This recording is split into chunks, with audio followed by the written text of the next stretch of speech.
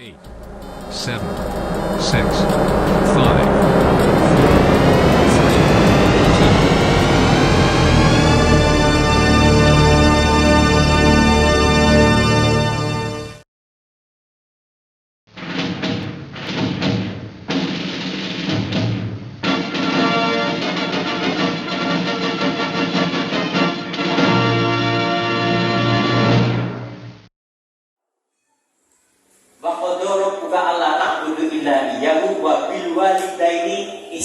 dan kepada kedua orang tuamu benar-benar sungguh-sungguh dengan upaya terbaik, bukan sekedar berbuat baik, dengan upaya terbaik ihsana, kamu memberikan persembahan yang terbaik.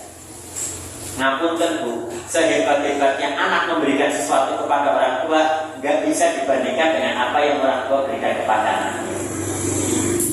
Jadi jangan bangga anak itu nitip uang orang tuanya 10 juta, nggak usah bangga. Mau memberikan orang tuanya rumah, memberikan orang tuanya tanah, gak usah bangga. Gak ada bandingannya dibanding dengan apa yang orang tua berikan untuk kita. Gak ada bandingannya. Karena orang tua kita bahkan mempertaruhkan nyawa demi kita. Ngapun tentu bayar SPP buatan sakit, utang dibelani, dan anaknya gak ngerti. Repotnya karena orang tua saking ikhlasnya, anaknya gak ngerti repotnya orang tua. Karena saking tulusnya, tapi kadang itu penting anaknya tahu. Sehingga anaknya kadang-kadang wong tua kerjanya makjur, anaknya jadi tukok HP 8 GB. Kan gak nyambung Bu. Karena anaknya gak ngerti lah kosen orang tua.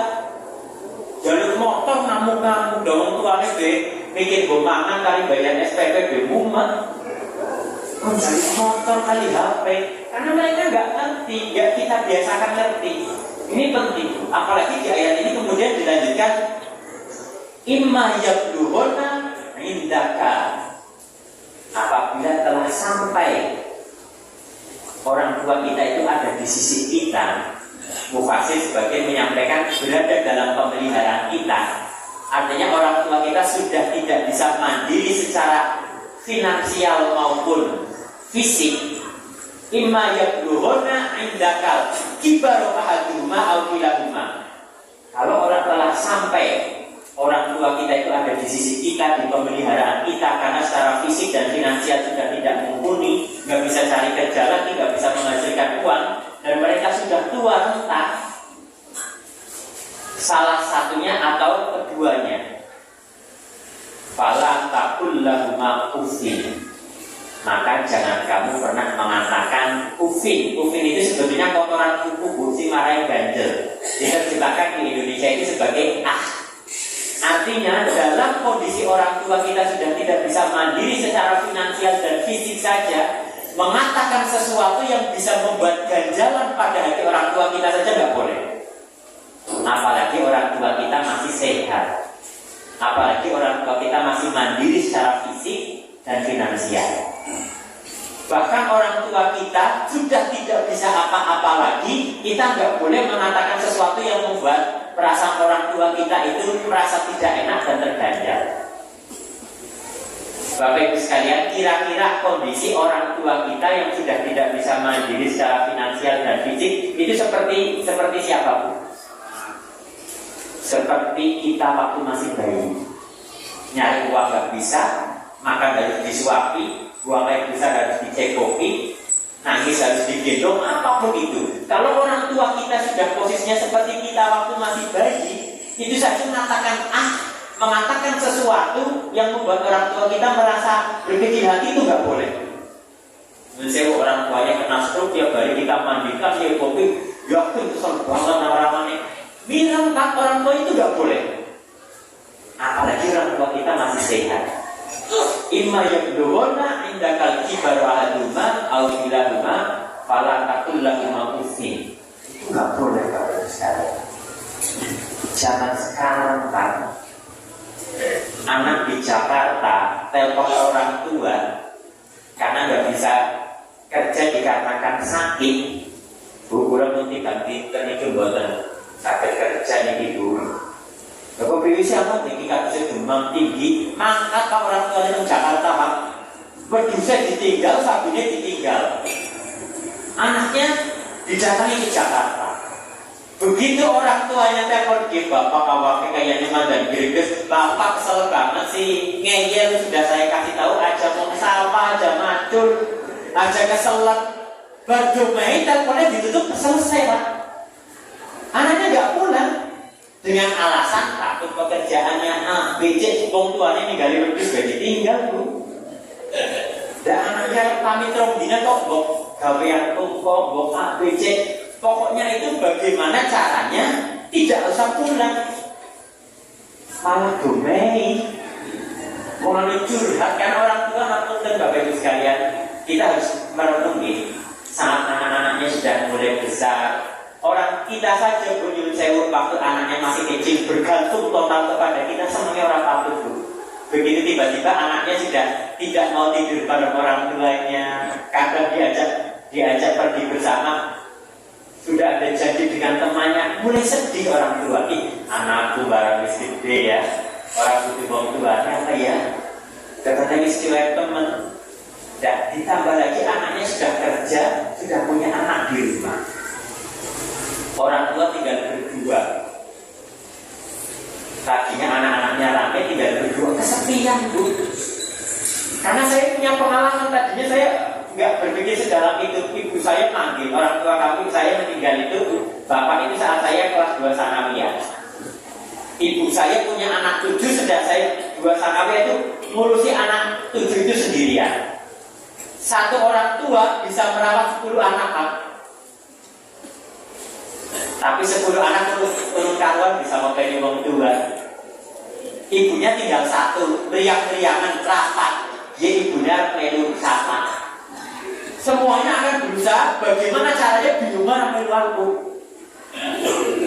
Woi, gak kenal bojoku anu PNS aku gak kenal kaya si bukan baik. Nah, aku ya pada daganganku ya bisa tertinggal. Gimana caranya jangan sampai itu kita repoti. Bis tua, cerewet, romet baik, itu yang keluar. Sama seperti kita waktu masih kecil. Waktu kita masih bayi kan seperti itu. Cerewetnya orang patut, jengkel, tapi orang tua tetap sabar.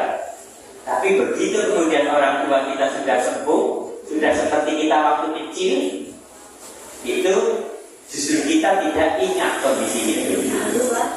Ini perlu kita renungkan bersama Bapak Ibu sekalian. Imma yabduruna indakal kibaru ahaduma au kilahuma fala taqul lahuma uffin. Dalam kondisi orang tua kita tidak bisa mandiri secara finansial saja, melakukan atau mengatakan sesuatu yang bisa mengganjal hatinya itu nggak boleh. Anak zaman sekarang beda pendapat dengan orang tua. Loh, bapak lulusan SD ngerti apa? Seru banget itu Bu. Seru banget itu saya itu. Merasa anaknya lulusan kedokteran, merasa anaknya kuliahnya tinggi, merasa anaknya sekolahnya di pesantren, merasa lebih hebat dari orang tua secara agama. Begitu beda pendapat, dan bapak ngetok nopo.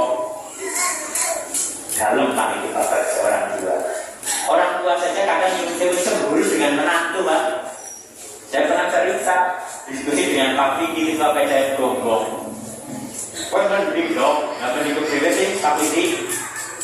Aku serumah orang mertua, diundang biungku, aku langsung banter banget mau biungku. Ngesuknya diundang bojone, nunggu pikir udah better Kak, bojone langsung kasih diundang biungnya langsung diundang aku suwe banget. Giliran diundang bojone cepet, diundang biungnya mandan suwe, biungnya sih protes. Kau mending dong rasa rumah kalau mertua aku rumah lebih repot mending. Dan ini karena orang tua itu cemburu Pak. Repotnya kita menikah Pak. Orang tua kita berjuang habis-habisan untuk kita, kemudian kita punya anak, kita berjuang habis-habisan untuk anak kita. Lupa bahwa yang berjuang habis-habisan untuk orang tua itu, untuk kita itu orang tua kita, bukan anak kita Pak. Itu yang sering kita lupa. Yang habis-habisan untuk masa depan kita itu orang tua kita, bukan anak kita. Tapi kita kadang-kadang ke anak kita habis-habisan ke orang tuanya lupa. Itulah kenapa saya kadang-kadang begitu ketemu ibu saya, saya sampaikan sering di forum pengajian, datang ke rumah ibu, lalu seminggu sekali paling, begitu kepengen lain-lainnya terkasut, bocah apa turutok, rasa